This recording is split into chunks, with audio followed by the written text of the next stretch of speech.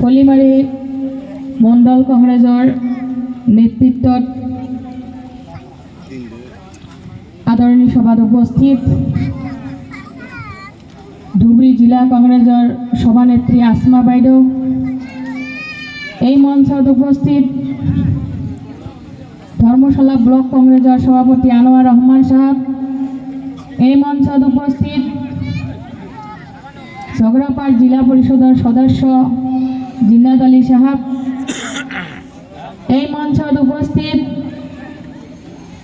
মোৰ লগত অহা বিভিন্ন পৰ্যায়ৰ ব্যক্তিসকল, মুৰব্বিয়ান সমাজ, যুৱক ভাইসকল,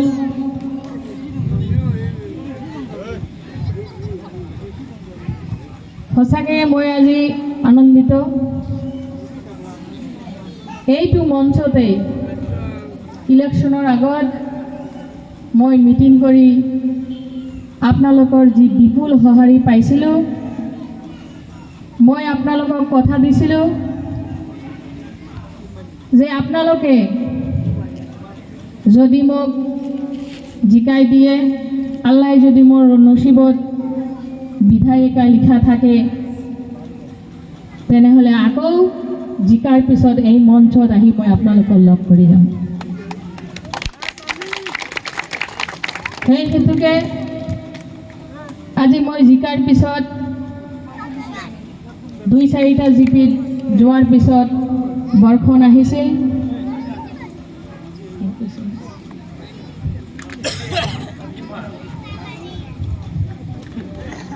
আমি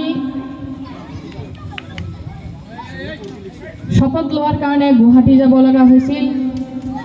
তাৰ পিছতে যেতিয়া মই ঘৰত আহিলোঁ, প্ৰত্যেকটা জিপিৰ পৰা মানুহ লগ ধৰিব গৈছিল। তেতিয়াই কেইজনমান মণ্ডল সভাপতি কৈছিল, বাইদেউ আমি জিপিৰ পৰা ইমান মানুহ আহিব নোৱাৰোঁ, গতিকে আপুনি যদি আমাৰ জিপিত যায় তেনেহ'লে আমি আপোনাক সম্বৰ্ধনা দিলোঁ হয়। প্ৰথমে ধৰ্মশালা জিপিত, তাৰপিছত গাছপাৰা জিপিত, এনেকৈ 2-4টা জিপিত যোৱা হৈছে। আজি আপোনালোকৰ ফলিমাৰীত অহা হৈছে। ভাৰতবৰ্ষ স্বাধীন হোৱাৰ পিছত ধুবুৰী সমষ্টিত কংগ্ৰেছ হাইকমাণ্ডে আপোনালোকৰ প্ৰতি বিশ্বাস ৰাখি যেনেকৈ মোক বেবী বেগমক এজন মহিলা প্ৰাৰ্থী দিছিল, ঠিক তেনেদৰে হাইকমাণ্ডৰ বিশ্বাস অটুট ৰাখি আপোনালোকে যি সঁহাৰি জনাই মোক বিপুল সঁহাৰি জনাই বিপুল ভোটত জয়ী কৰালে, এই জয় মোৰ জয় নহয়, এই জয় ধুবুৰী সমষ্টিবাসীৰ জয়। গতিকে মই পবিত্ৰ সদনত শপত লোৱাৰ দিনাখনৰ পিছদিনাখন মই পবিত্ৰ সদনতে কৈছোঁ, সদন শেষত ধুবুৰী সমষ্টিবাসী ৰাইজক মই ধন্যবাদ জ্ঞাপন কৰিছোঁ, কাৰণ ধুবুৰী সমষ্টিবাসী ৰাইজ আজি মোক ভোট দি নিজিকালে মই এই পবিত্ৰ সদনত আহিব নোৱাৰিলোঁ হয়। গতিকে মই যিমান দিনলৈকে ৰাজনীতি কৰিম, মই ধুবুৰী সমষ্টিবাসী ৰাইজক কেতিয়াও পাহৰি নাযাওঁ। মই ইলেকশ্যনৰ সময়ত ভাষণ দিছিলোঁ, মই কোৱা নাছিলোঁ যে মই জিকাৰ পিছত ৰাস্তা ঘাট কৰি দিম, স্কুল কলেজ হস্পিটেল বনাই দিম, ডাঙৰ ডাঙৰ স্কিম আঁচনি দিম, মই এই কথা কোৱা নাছিলোঁ। মই এটা কথাই কৈছিলোঁ যে আপোনালোকে যদি মোক জিকাই দিয়ে, মই যদি বিধায়িকা হওঁ, কি কৰিব পাৰিম নোৱাৰিম সেইটো পিছৰ কথা। এটা কথাই মই আপোনালোকক প্ৰতিশ্ৰুতি দিছিলোঁ যে আপোনালোকৰ বিপদ হ'লে মই আপোনালোকৰ কাষত ছায়াৰ নিচিনাকৈ থিয় দিম। আৰু এটা কথা কৈছিলোঁ যে 20 বছৰত নোহোৱা কাম মই 5 বছৰত কৰি দেখুৱাম। গতিকে মোৰ প্ৰতিভা আছে। ধুবুৰী সমষ্টিত 20টা বছৰে ইউডিএফ দলৰ শাসন কৰাৰ কাৰণে আমি বহুত পিছ পৰি গৈছোঁ। কাম কৰিবলগীয়া বহুত আছে। ৰাস্তা ঘাট, স্কুল কলেজ, খোৱা পানী, চিকিৎসা, হস্পিটেল বহুত কাম কৰিবলগীয়া আছে।